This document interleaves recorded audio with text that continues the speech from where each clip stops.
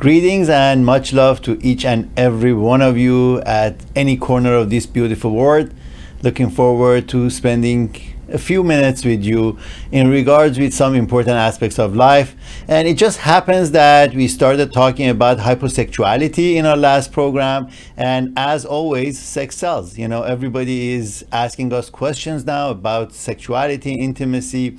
And that's why we dedicated this program and a few, maybe more sessions of this in regards with answering some of the questions. A lot of these questions are common and interesting because, you know, we may have these questions on mind, but then some people are more hesitant about sexuality and intimacy, intercourse, areas that is more private in many cultures. So they wouldn't ask the questions and they just hold it within. I'm so glad that our community has been such a wonderful community on Togetherness Media that we can discuss any subject. And this subject that we're opening up is a follow-up of hypo-sexuality, which was the low libido or low desire for being intimate. We continue a little bit with that, and then I get to some of the questions that came, because there's some questions about the root causes of hypoactivity of our sexual desire. The part that we discussed last time was about the physical parts and the emotional parts. However, we didn't go deep enough into the emotional parts. Emotionally, things has happened to us that, you know, we cannot even remember sometimes.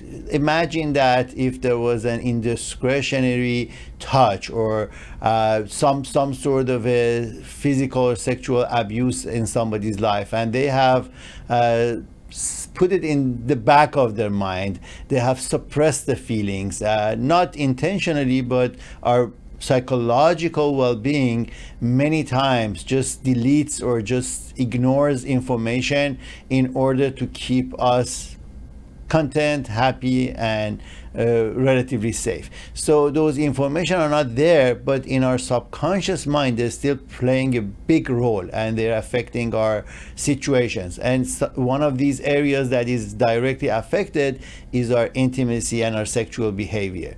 So imagine if you lost people and then this could be affecting you, or there was a financial loss for you. Think of it, you know, just the pressure and the stress of the loss could be affecting you. Imagine if you're going through a difficult time in your life with your spouse or your partner, and how this could be affecting you. There are so many different areas that this could be affecting us, and they're mostly the events of life which has happened in the past, or it's still continuing in the present, or it is subconsciously of the past working out in the present time. We may ask, what are we going to do about this? Well, the main answer that I have come up with is working through the emotional stuff. Emotions are just our reactions to something. And the problem is that we often enough are not familiar with the feelings that create these emotions. Imagine, let's say, emotionally you feel disliked or disrespected by your partner. So now all of these reactions could come in a physical way, and then your desire for intimacy could be lower. So in order to resolve many of these issues, I would really suggest a deeper understanding of yourself through psychotherapy, through EMDR, through the ways that you can address the situation and bring this back to harmony and a good feeling inside of you. These emotional reactions are, generally speaking, bothersome. They're underneath our skin and they show up in our bed. Well, so once we are understanding these issues and we're dealing with them, then we can see that the new way of behaving and the new way of communicating with our partners or with our spouses could be different. Many times in sessions, in couple sessions, when they start in very hostile environment, after they have a better communication, a couple that who haven't slept with each other for probably 3 years, and I've seen this many times. For 3 years, they are saying that I don't have any desire. I'm not cheating. I'm not seeing somebody else, but really I don't want to be intimate. I don't have the urge for it.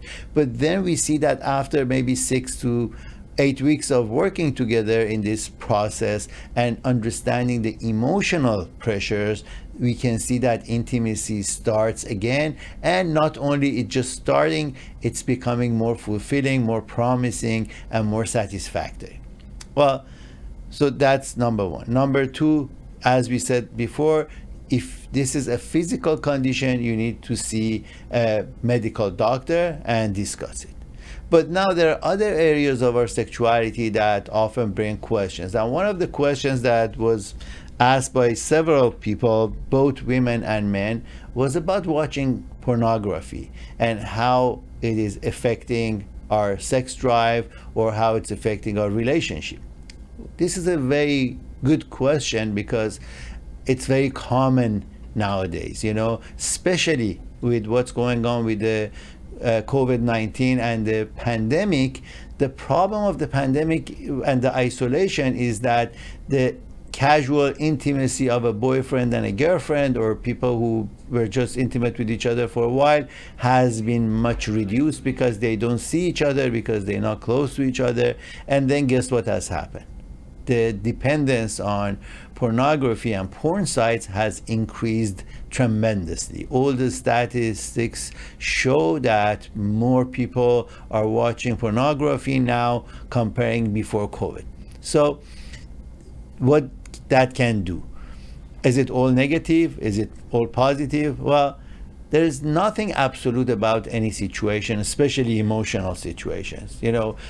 Something that could be helpful for someone could be harmful for someone else. So we need to understand ourselves better and then see how we are using these tools, these toys, these ideas, these sites in a way that entices us in a positive way.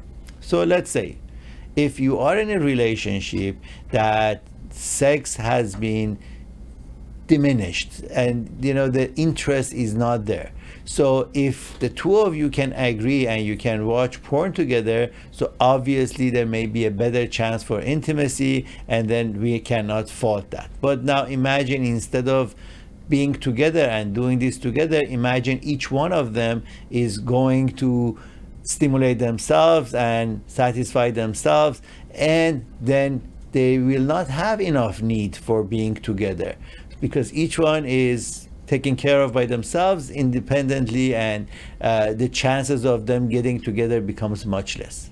On top of that, what happens? Stimulation, especially manual stimulation, becomes the first choice, and then when a person is intimate, the touch is not there in the way that it was in the masturbation or the self-satisfaction. So guess what happens? Sex would not be as pleasurable or as enjoyable as manual stimulation or masturbation, because now we are conditioned to that set. On top of that, the images in mind create certain expectations that those expectations are not necessarily fulfilled. So if you're watching a porn site and you see these actors and actresses, functioning in a certain way with certain vigor and certain tenacity, and then you think that this is how it should be for you, but this is not you, this is not, real, and these are just films. So however, your expectations are going to be much higher in your intimate relationship, and you may just assume that this should be happening to you in the same way that's happening when you're watching a site. So you see, because of those expectations, now your fulfillment is becoming much more difficult, and then you cannot get what you want, and then you'll be upset with your partner, and you think that they're not doing enough, or they're not being sexy enough, or available enough, right?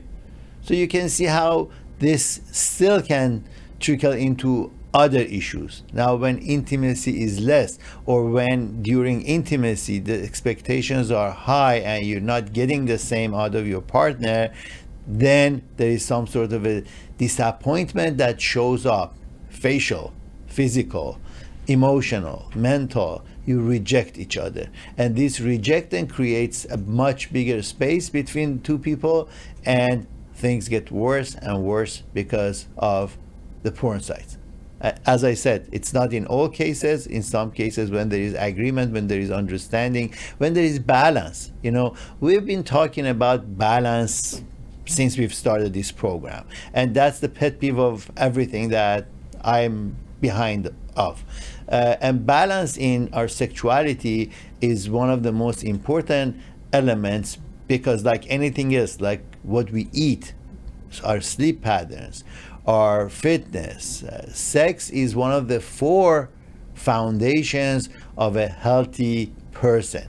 The foundations of our being, if we go back to the 8 spokes of the wheel of well-being, the first one is physical, and the physical is eating, sleeping, fitness, and sex.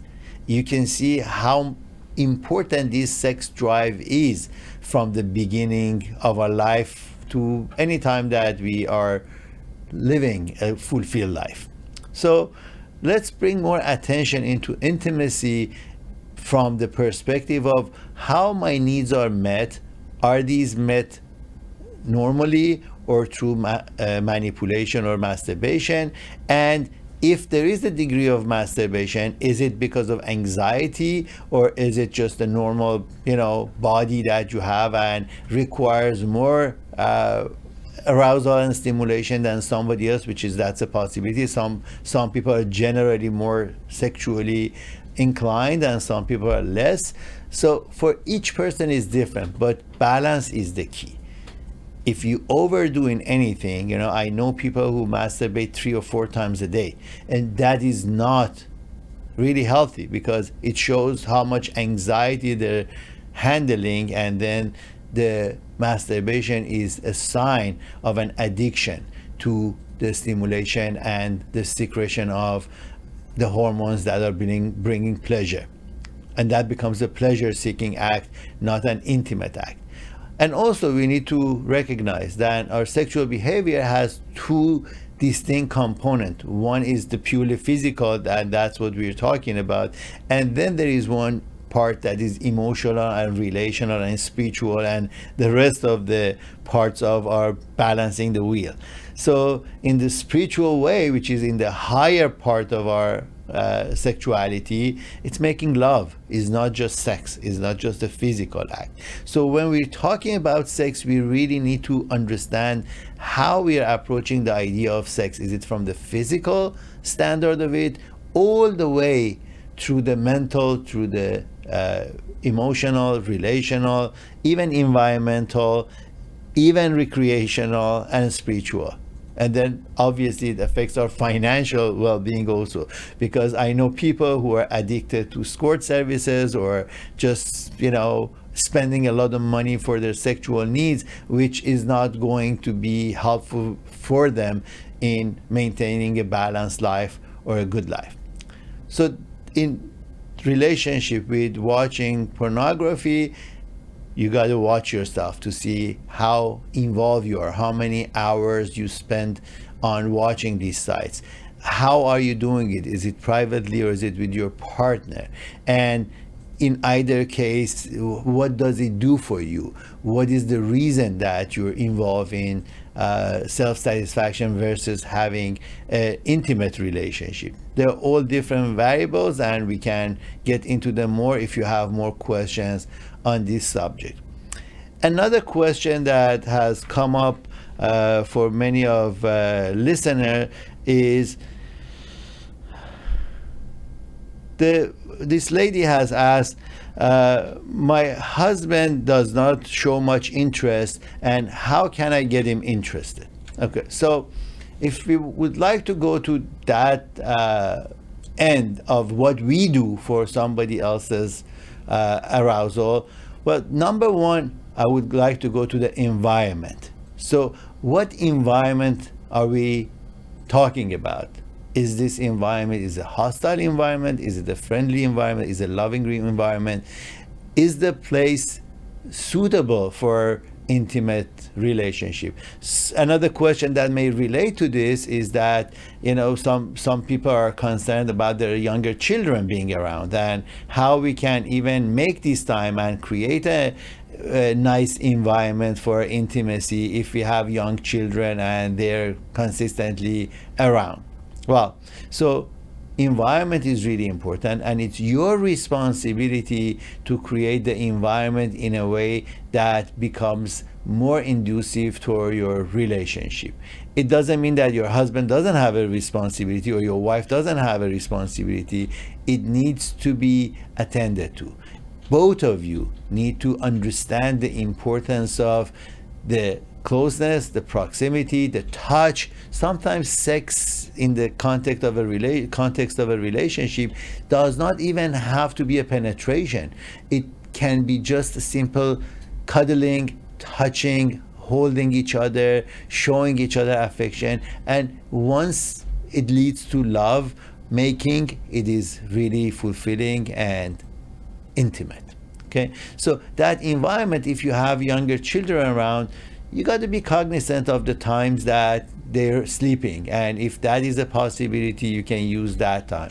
You can also create time out for yourself, and if you can, I know with COVID situation, it is more difficult to check into a hotel room or have an intimate place somewhere outside of the house, but regardless of that, still, if you would like to have something, you make sure that you create the opportunity for it. So if the children are an issue, you can still ask your family members, babysitters to keep your children for a couple of hours, and you make time for it. Late at night when the children are asleep, it could be a good opportunity. Early in the morning, if they're still not up, could be a good opportunity. Sometimes if your children are older, you can even make sure that they're attending to something safe, and then while they're attending to something safe, you can lock the door and be intimate inside of your room. Find a way to deal with it. And in the first question, which how do I get my husband to be interested, or I would say that some other people may ask, how do I get my wife interested? You cannot force it, but you can encourage it. Find out what's happening. If it's physical, then we need to talk to a medical doctor. If it's emotional or relational, we need to be talking to a psychotherapist. Or if we learn effective communication, which is really important, and often enough we're not aware of the ways that we can communicate, learn about that, and then we can go further from that. Effective communication is a part of my book, Balancing the Wheel, and if you choose so, you can take a look at the protocols of effective communication. You can obtain the book on Amazon.com, Balancing the Wheel by Dr. Daniel Sadiq, or you can listen to it. There are 9 hours of a book, audiobook at audiobooks.com, and you're more than welcome to check into the part about effective communication, learn the steps of effective communication, and from there on you can induce a better relationship and better sexual context for your life. For today, I think I answered a few of these questions, but looking forward to be speaking about this topic some more. Myself and Coach Bonnie, I'm a psychotherapist, a clinical psychologist in Los Angeles, and my wife, Coach Bonnie. The two of us are working on relational courses and materials, aside for all the publications that we have on Wheel Select, which is a part of our Wheel of Wellbeing. If you choose to become a member of this program, we can be providing you with a lot of information and direct access to us, asking your questions and spending time with us on different topics, giving you all the information that you need to make your life better. Even if you don't know it, we research it and we let you know. Have a blessed time, and be more attentive to your intimacy until we meet again.